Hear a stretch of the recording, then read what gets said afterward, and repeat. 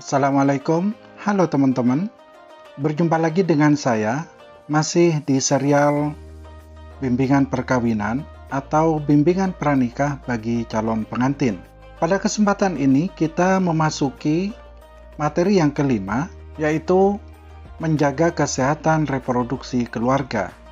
Materi ini sangat penting untuk membangun satu persepsi yang sama terkait dengan menjaga kesehatan reproduksi bagi suami dan istri dalam sebuah keluarga. Untuk itu, ikuti penjelasan saya berikut ini. Teman-teman, sesi ini bertujuan yang pertama, peserta mampu memahami konsep kesehatan reproduksi keluarga. Yang kedua, peserta memiliki keterampilan untuk mendiskusikan hal-hal terkait kesehatan reproduksi secara terbuka dengan calon suami atau istrinya. Dan sebagai pokok bahasan nantinya akan dibahas yang pertama, perbedaan organ, fungsi, masa, dan dampak reproduksi pada laki-laki dan perempuan. Yang kedua, hak dan kewajiban reproduksi laki-laki dan perempuan. Pokok bahasan yang ketiga terkait keluarga berencana dan ditutup dengan pokok bahasan terakhir mengenai tuntunan Islam terkait masa reproduksi. Adapun langkah sesi menjaga kesehatan reproduksi keluarga akan dilakukan dengan alur sebagai berikut. Yang pertama, pengertian kesehatan reproduksi adalah suatu keadaan kesehatan yang sempurna baik secara fisik, mental, dan sosial, dan bukan semata-mata terbebas dari penyakit atau kecacatan dalam segala aspek yang berhubungan dengan sistem, fungsi, serta proses reproduksi. Selanjutnya, peserta akan diajak untuk mengamati bersama-sama reproduksi pria dan perempuan, baik dari organ, fungsi, masa, dan dampaknya. Peserta akan diajak untuk bersama-sama memahami masing-masing organ dari laki-laki dan perempuan ini, serta fungsi dan dampaknya. Setelah peserta mendiskusikan masing-masing alat reproduksi laki-laki dan perempuan, maka dapat disimpulkan bahwa alat dan fungsi reproduksi antara pria dan perempuan amat berbeda.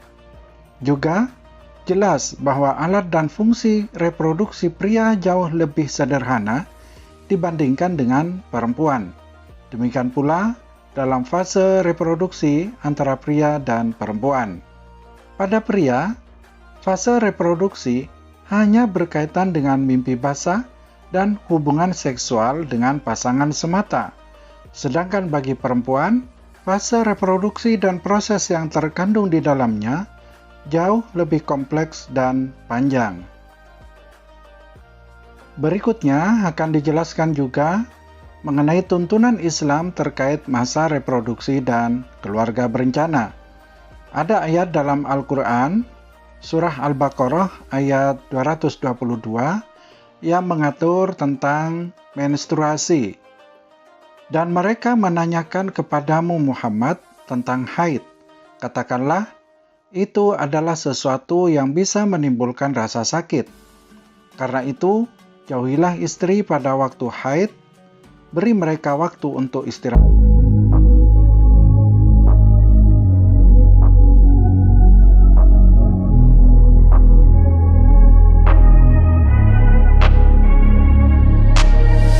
I'm changing who I am, I'm making a new plan, rearranging my life and I won't look back ever again. You ain't see me activated. You better hope that you never see me agitated. I think about my actions, plan them out, evaluated. That's how I end up on the top, man, I'm calculated. My mind's a weapon, my body is the engine. I'm never second guessing, I just do what I was destined. Cause I feel I got the blessing, persistence and obsession. That's how you keep progressing, I already learned that lesson, yeah. I'm changing who I am, I'm making a new plan, rearranging my life and I won't look back ever again. You can't stop what's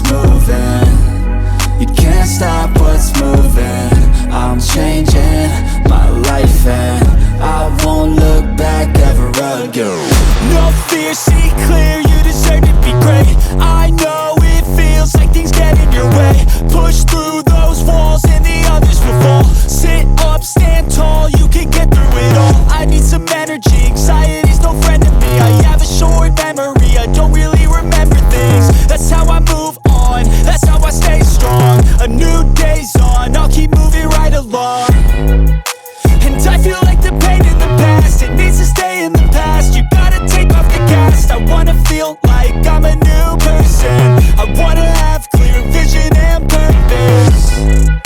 And I feel like the pain shouldn't last. If you can move on and past the things that make you feel bad, and you can change in your brain, I'm certain. I've done it before and man, I'm not perfect. I'm changing who I am. I'm making a new plan, rearranging my life, and I won't look back ever again. Layaknya pakaian, yaitu saling melindungi dari kuman, rasa dingin, dan hal buruk lainnya. Yang kedua, istri ibarat ladang bagi suami, yang berarti sesuatu yang berharga mesti dijaga dengan baik dan dirawat dengan penuh kasih sayang agar melahirkan generasi berkualitas.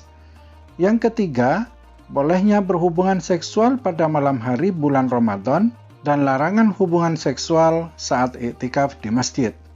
Yang keempat, perintah cara-cara baik dalam berhubungan seksual. Berikut ini ayat tentang hamil dan menyusui, sebagaimana tercantum dalam surah Luqman ayat ke-14. Dan kami perintahkan kepada manusia berbuat baik kepada dua orang ibu bapaknya. Ibunya telah mengandungnya dalam keadaan lemah yang bertambah-tambah dan menyapihnya dalam 2 tahun. Bersyukurlah kepadaku dan kepada dua orang ibu bapakmu, hanya kepadakulah kembalimu. Quran Surah Luqman ayat 14. Selanjutnya, berikut ini adalah tuntunan Islam terkait kehamilan dan melahirkan. Yang pertama, perintah untuk berbuat baik pada ayah dan terutama ibu. Yang kedua, pandangan simpatik yang melihat hamil dan melahirkan sebagai sesuatu yang menimbulkan kepayahan dan keadaan lemah yang berlipat. Yang ketiga, perintah untuk menjadi anak yang pandai berterima kasih kepada orang tua, terutama ibu, dan menjadi hamba yang pandai bersyukur.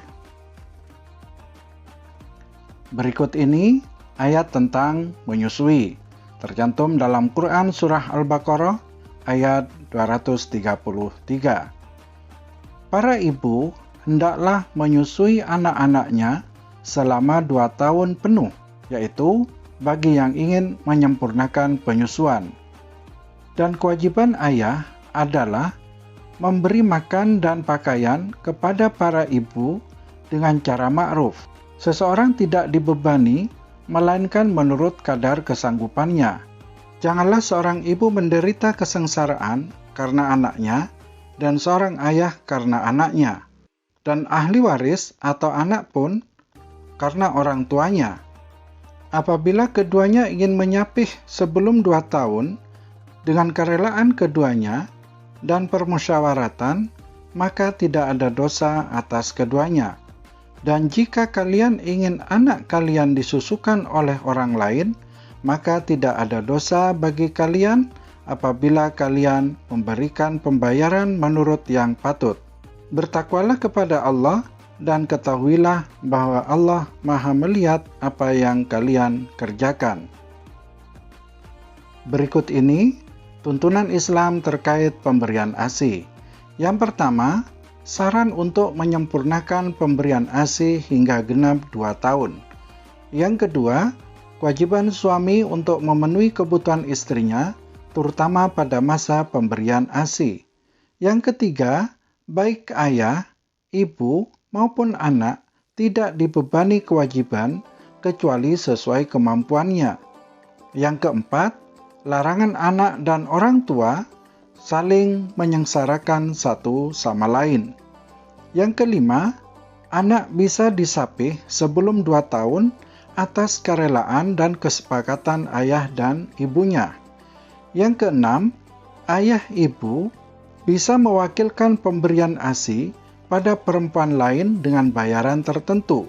Yang ketujuh, tuntunan ini diiringi dengan perintah bertakwa dan peringatan bahwa Allah selalu menyaksikan. Dipahami sebagai pesan bahwa kerjasama suami istri pada pemberian ASI terkait langsung dengan kualitas ketakwaan mereka. Selanjutnya, keluarga berencana dalam pandangan Islam. Ada 2 kata yang berhubungan dengan keluarga berencana dalam perspektif Islam, yaitu pembatasan kelahiran dan pengaturan kelahiran. Semua ulama untuk mengharamkan pembatasan kelahiran karena cara ini dianggap permanen dan mencegah kelahiran secara permanen diharamkan dalam Islam. Adapun pengaturan kelahiran diperbolehkan oleh para ulama karena pengaturan kehamilan dan kelahiran tidak tergolong pembatasan.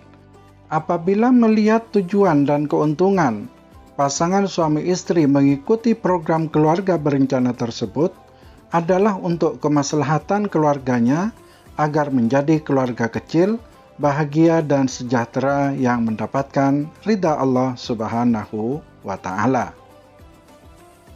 Berikut ini adalah ayat Al-Quran yang mengatur tentang keluarga berencana, sebagaimana tercantum dalam surah An-Nisa ayat ke-9. Dan hendaklah takut kepada Allah orang-orang yang seandainya meninggalkan di belakang mereka anak-anak yang lemah, yang mereka khawatir terhadap kesejahteraan mereka. Oleh sebab itu, hendaklah mereka bertakwa kepada Allah dan hendaklah mereka mengucapkan perkataan yang benar. Teman-teman, dalam tabel ini, peserta akan diajak untuk bersama-sama mendiskusikan terkait dengan etika reproduksi. Masa reproduksi dari menstruasi, hubungan seksual, hamil, melahirkan, termasuk juga pemberian ASI, mana atau perbuatan apa yang boleh dilakukan suami dan tidak dilakukan suami, apa yang boleh dilakukan istri dan yang tidak boleh dilakukan oleh istri. Ini dilakukan secara berkelompok dan berdiskusi untuk mencari apa yang boleh dan apa yang tidak boleh dilakukan oleh suami dan istri pada masa reproduksi, menstruasi, hubungan seksual, hamil, melahirkan, dan pemberian ASI. Demikianlah teman-teman, sekilas gambaran mengenai materi menjaga kesehatan reproduksi dalam keluarga. Semoga tayangan video ini bermanfaat dan jangan lupa ikuti terus channel ini untuk mendapatkan materi-materi berikutnya dalam serial bimbingan perkawinan bagi calon pengantin. Terima kasih. Wassalamualaikum warahmatullahi wabarakatuh.